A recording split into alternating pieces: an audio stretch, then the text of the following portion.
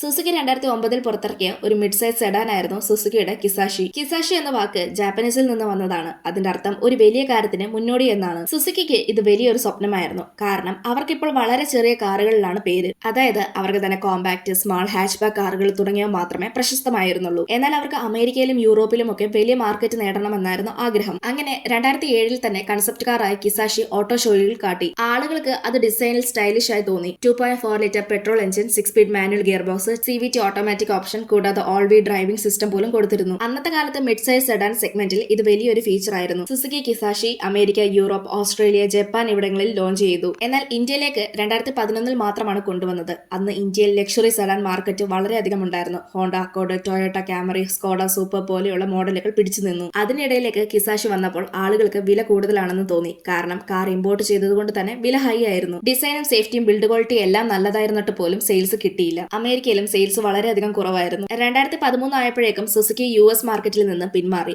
അതോടെ കിസാഷി production 2014 stop ചെയ്തു. നിങ്ങൾക്ക് സെഡാൻ കാറുകളിൽ ഏറ്റവും ഇഷ്ടമുള്ള കാർ ഏതാണെന്ന് കമന്റ് ചെയ്യൂ. ഇതുപോലെയുള്ള കൂടുതൽ വീഡിയോസ് കാണാനായി ചാനൽ സബ്സ്ക്രൈബ് ചെയ്യാനും ഇൻസ്റ്റഗ്രാമിൽ ഫോളോ ചെയ്യാനും മറക്കല്ലേ.